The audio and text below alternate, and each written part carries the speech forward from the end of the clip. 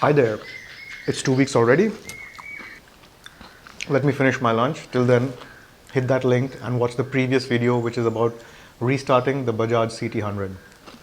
Let me finish my delicious juicy burger and we'll start the next one. That was a heavy lunch. Well, hello and welcome back to The Road Ahead with AJ.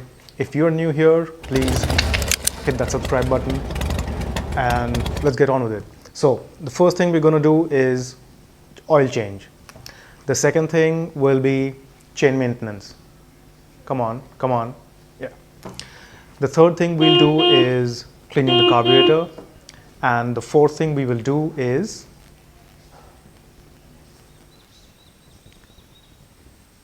tightening the brakes. So without further ado, let's get on with it. It's going to be a long video. Before we start changing out the oil, what I'm going to do is start up the bike and let it idle for about 10 minutes. Now this bike's been standing for almost a year, so if I heat up the bike, the engine oil is going to thin out a bit, the old oil that's gone all black, and it'll be easier to drain and you just get a cleaner engine and when you put in the fresh oil. So the oil we're going to use is 10W30. That's the one that goes into these 100cc 4-stroke bikes.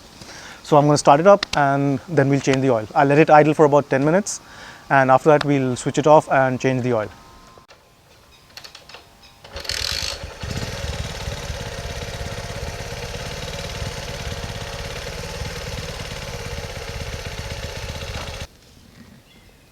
Okay, so I don't know, yeah. Now you can see that's the drain bolt there. It's a 14mm spanner. I'm going to put a tray under this, open it, and then we put in the new oil.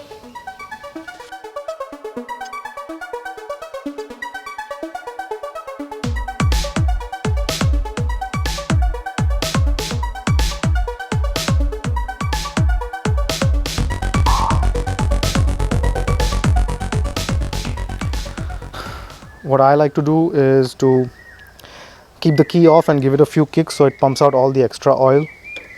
You don't really have to do this, it's just my thing. Don't give too many kicks, you don't want the parts running dry. The oil is drained. I've fit the drain bolt back. I can't show you because my tripod is not low enough and the angle to show that is very difficult. So let's just fill up. It takes 1 liter of oil. Now the filler cap also has a small O-ring on it, so don't lose that.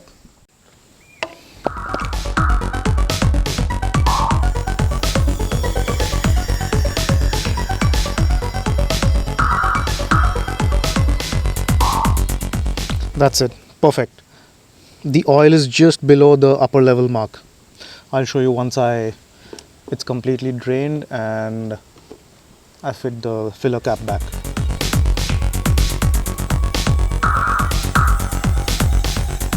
So put the O-ring back on it, and another thing I like to do is always wipe these surfaces before you put them back, because sometimes when you're turning a bolt into it you hear this crunching sound which could be dust and that might mess up the threading. So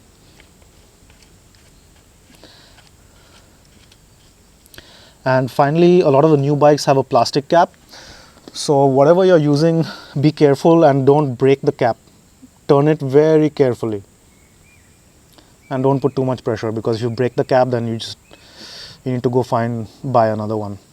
That's it. It doesn't need too much tightening. And voila, we're done. To lube and tighten the chain, usually you just need to remove this little rubber plug here and access the chain. But because this bike has been standing for a year, what I'm going to do is remove the chain covers and really give it a proper brushing down the chain and the sprocket. Now all it needs is a 10mm spanner, so let's get to it.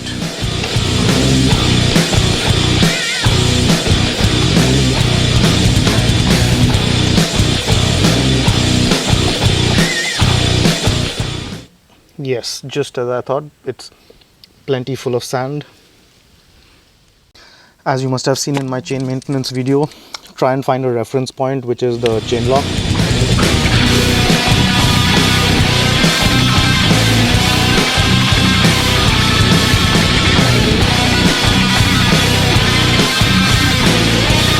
5 minutes is good. Let's again bring the reference point.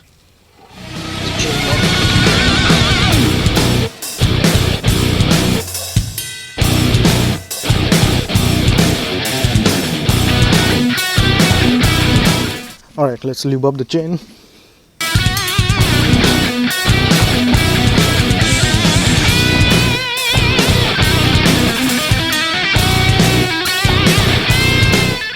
And that's it, chain's done.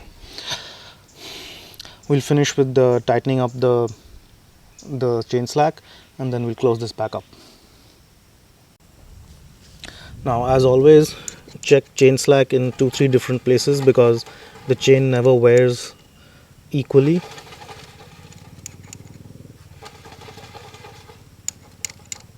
Oh yeah, here it's a bit loose. Now the chain slack on the CT100 specified is 20 to 30 mm. This seems to be much more. Now this is a bit of a method of doing this, but I don't have a ruler with me right now, so I can't exactly measure. So by judging, we'll put it at about 25 mm. So it should be between 20 and 30. Before you can adjust the wheel, you need to loosen up the axle nut, which is on that side. So I'm going to use an 18 ring spanner, because otherwise the wheel won't move back to get you the correct slack. So to adjust the chain slack, this is the adjustment nut, but first you have to loosen the axle. There's a nut on this side and on that side. Both have to be opened up, and once you turn this, the slack is gone. That's a little too much.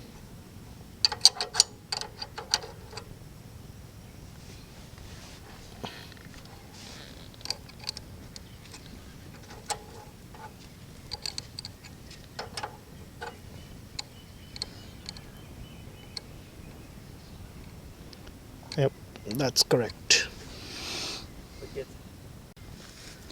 Now you got to make sure the length of this thing sticking out is the same on both sides. I'm going to do it a bit because I don't have a ruler with me.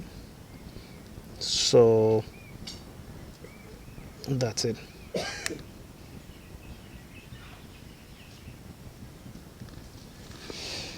So you make sure the same length is on outside on the other side. Once you've made sure that both sides are equally distant from this ends, put the small screw back, because this is the one that will keep the big screw from the nut from getting loose again.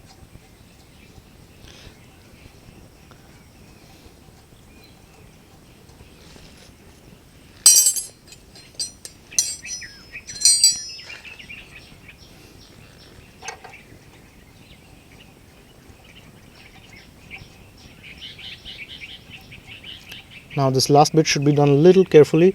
You don't want this to move, so hold it in place and then tighten this. Yep. Repeat the same process on the other side. And lastly, never forget, you need to tighten back the axle, otherwise you're putting yourself at really big risk. So let's just quickly do that.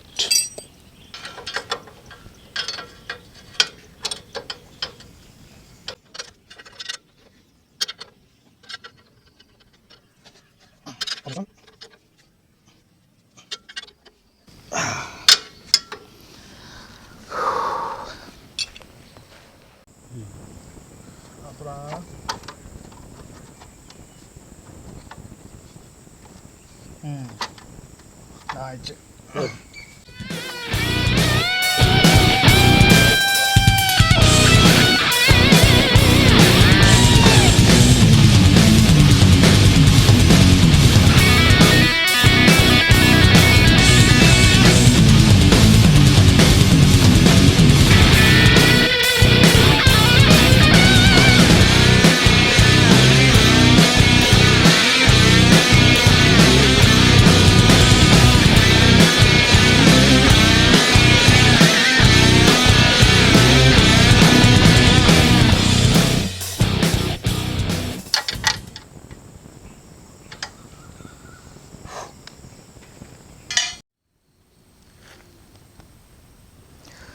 So as you can see, I've taken the carburetor out of the bike. It's filthy. This red stuff, orange stuff is not rust, it's sand, red sand. So I'm going to clean the outsides with the diesel and a brush, and the insides I'll be trying this. I just got this throttle body cleaner from Sheeba from Amazon, and let's see how it does. So now the carburetor has tons of small parts, so be very careful, keep them carefully. Now you have the two jets here, the initial jet and the main jet. Open them carefully, and this is the float. Again, with this you have to be really careful. There's a small needle that holds the float in place, so get that out and the float comes out. Now there, you see that there's a small, another tiny needle with it.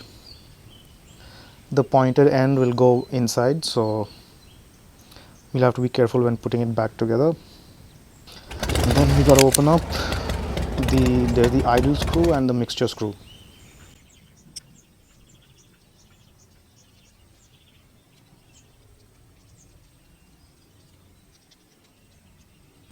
Now with, oh, it's all black. Now with it is the small spring with it.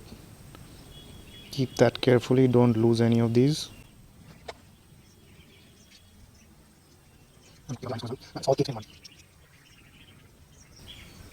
These things are really dirty. I don't know if you can see that.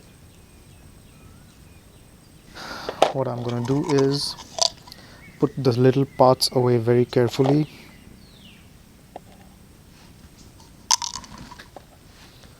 You do not want to lose these.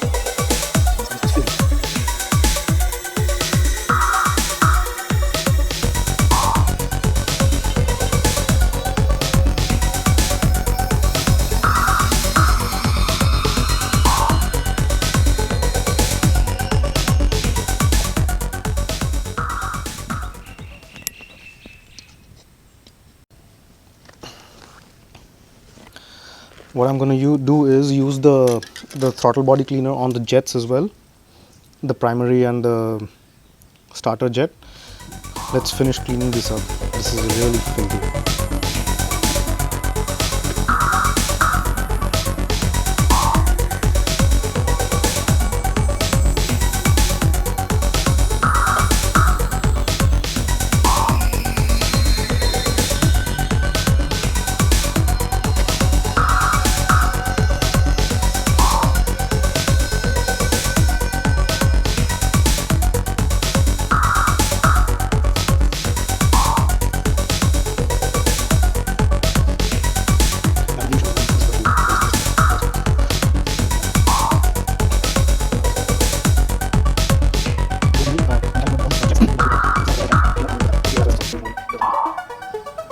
So after brushing it down with diesel, I cleaned both parts of the carb with water to wash off all that oily diesel stuff.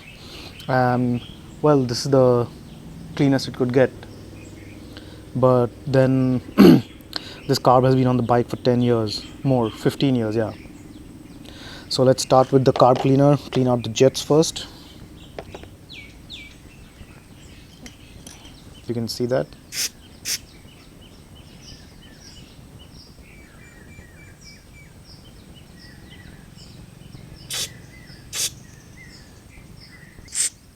Yep.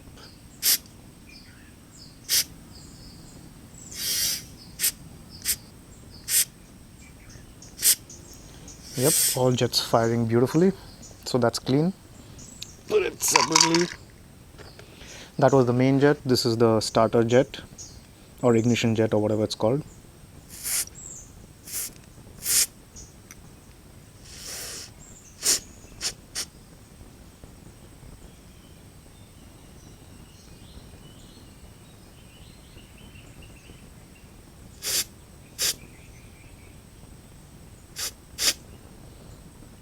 Beautiful.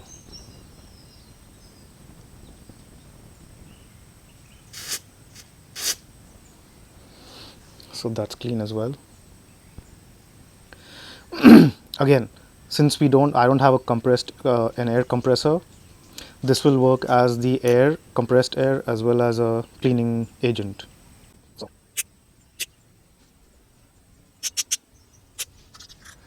okay.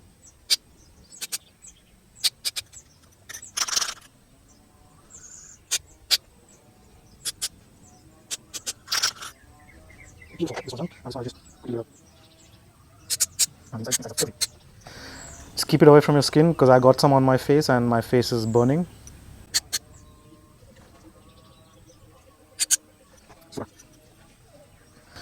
Just wipe everything down nicely, and then we can assemble the carb back. Okay, let's assemble the carb now that it's clean. This is the main jet.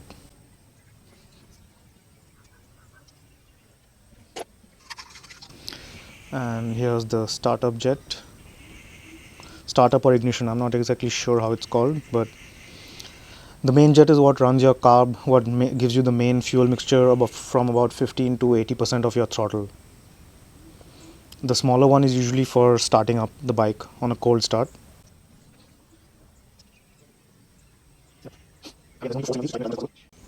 Okay, now fixing the float needs to be done a little carefully.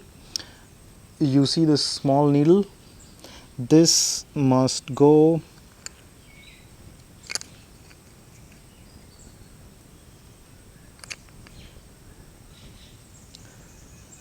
in there. I don't know if that's visible. And it has to be attached to the float like this. I don't know if that's clear.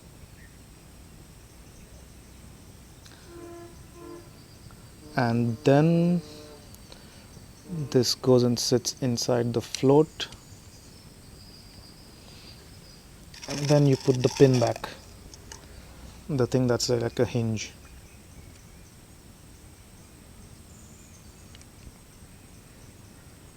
Again, this stuff needs to be done just gently, there's no need to force anything.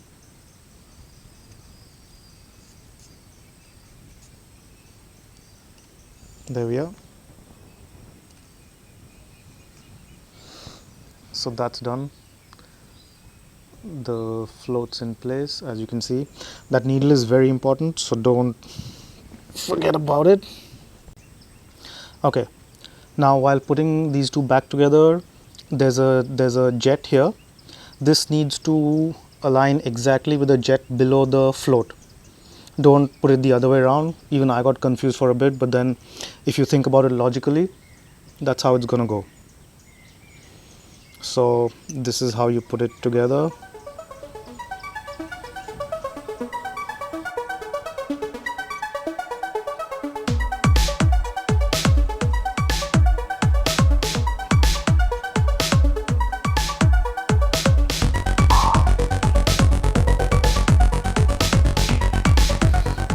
Okay, now we put back the mixture screw and the idle screw. If you're new at this, always make sure you're putting stuff, you're not losing things. It shouldn't be that you put the bike back together and then you find a tray full of stuff lying on the side.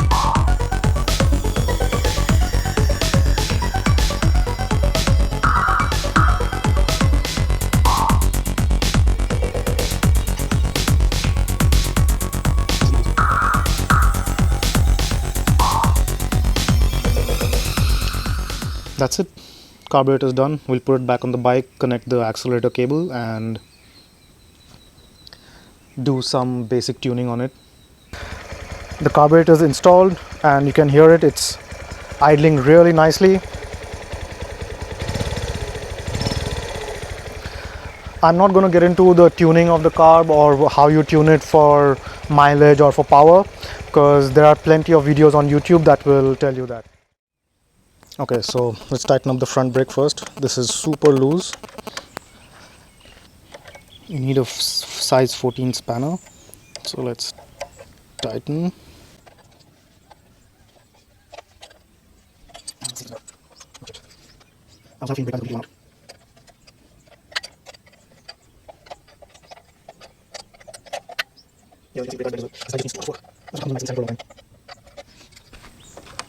Oh yeah,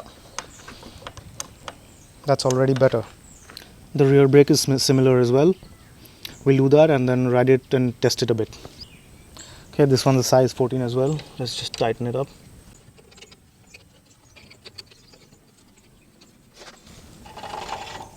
Oh yeah,